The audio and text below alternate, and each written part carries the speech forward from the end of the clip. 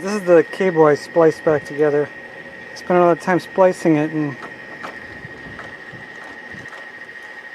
it's too short. So I'm going to crawl back through everything and see if there's any slack I can take up. Yep, so it looks like there's some slack there. Stainless is some seriously hard stuff. I got 2 pilot holes drilled. I got 2 more to go yet. There's a chip in the drill bit. That's a brand. I bought that drill bit to drill these holes. So 2 holes and it chipped.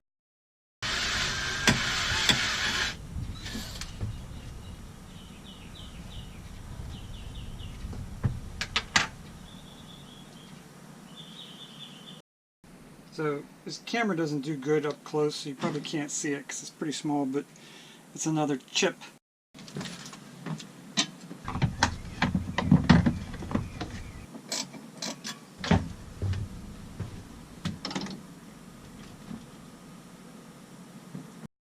I'm sure this looks familiar because this looks very similar to what I had to do with the sonar. This is the Marine Ethernet that goes to the radar. So the goal today is to get everything hooked up, turn on the MFD, and actually have the electronics, actually talking to what they're supposed to talk to. This is the power cable for the radar. So I've got 3 connections: power, ground, and the soft on-off, which allows the MFD to turn the radar on, which is of course a very desirable feature. So these are a neat little trick. They allow you to jump from one terminal to the next so that you can hook more than one thing up. You can connect a bunch of wires together instead of just 2. The long and the short of this is that aside from being really uncomfortable in here,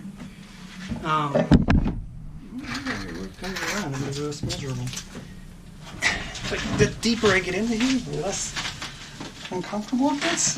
That's kind of counterintuitive, but oh my gosh, it did work that way. Alright, so the upshot of this is that I need the radar and the MFD to be on the same circuit. There's absolutely no point in having it otherwise. The way this works is I'm going to take one screw and this jumper. So I'm going to screw the jumper. So now all 4 of these screws will be on the same circuit. And now because of this jumper, this negative goes to both the MFD and the radar. The jumper facilitates that. Okay, here's that terminal block finished up. I just need to secure the wires and a few other little things just to clean it up. But I have the positive. Here's all the red wires. There's jumpered, so they're using 2 terminal blocks, so all the power goes to 2, and the same with the negative. And over here I have the signal wire, which allows the MFD to turn the radar on and off. And then finally we have this alarm wire from the MFD. I don't have an external alarm, so this is just here so it's not dangling, but if I ever get an external alarm I can just hook it up to there.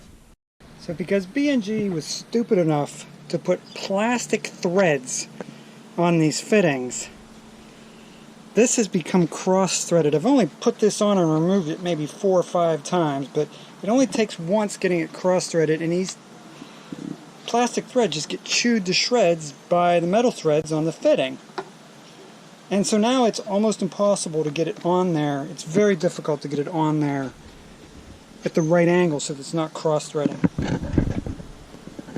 This is not a cheap piece of equipment, and this is a critical connection.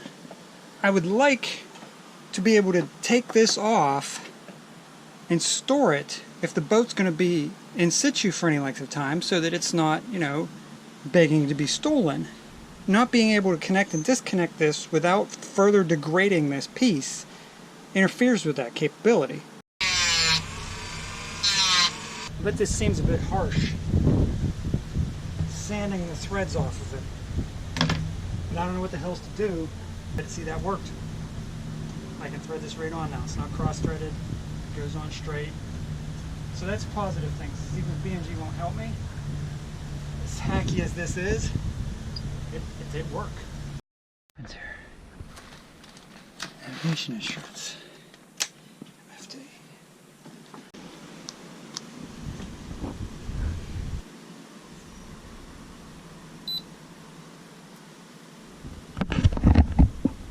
Oh, there's a radar.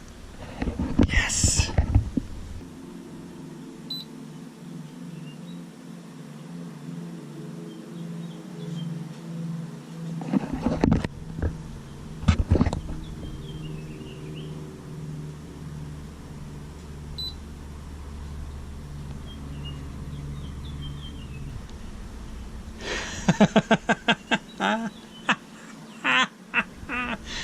Oh, thank goodness.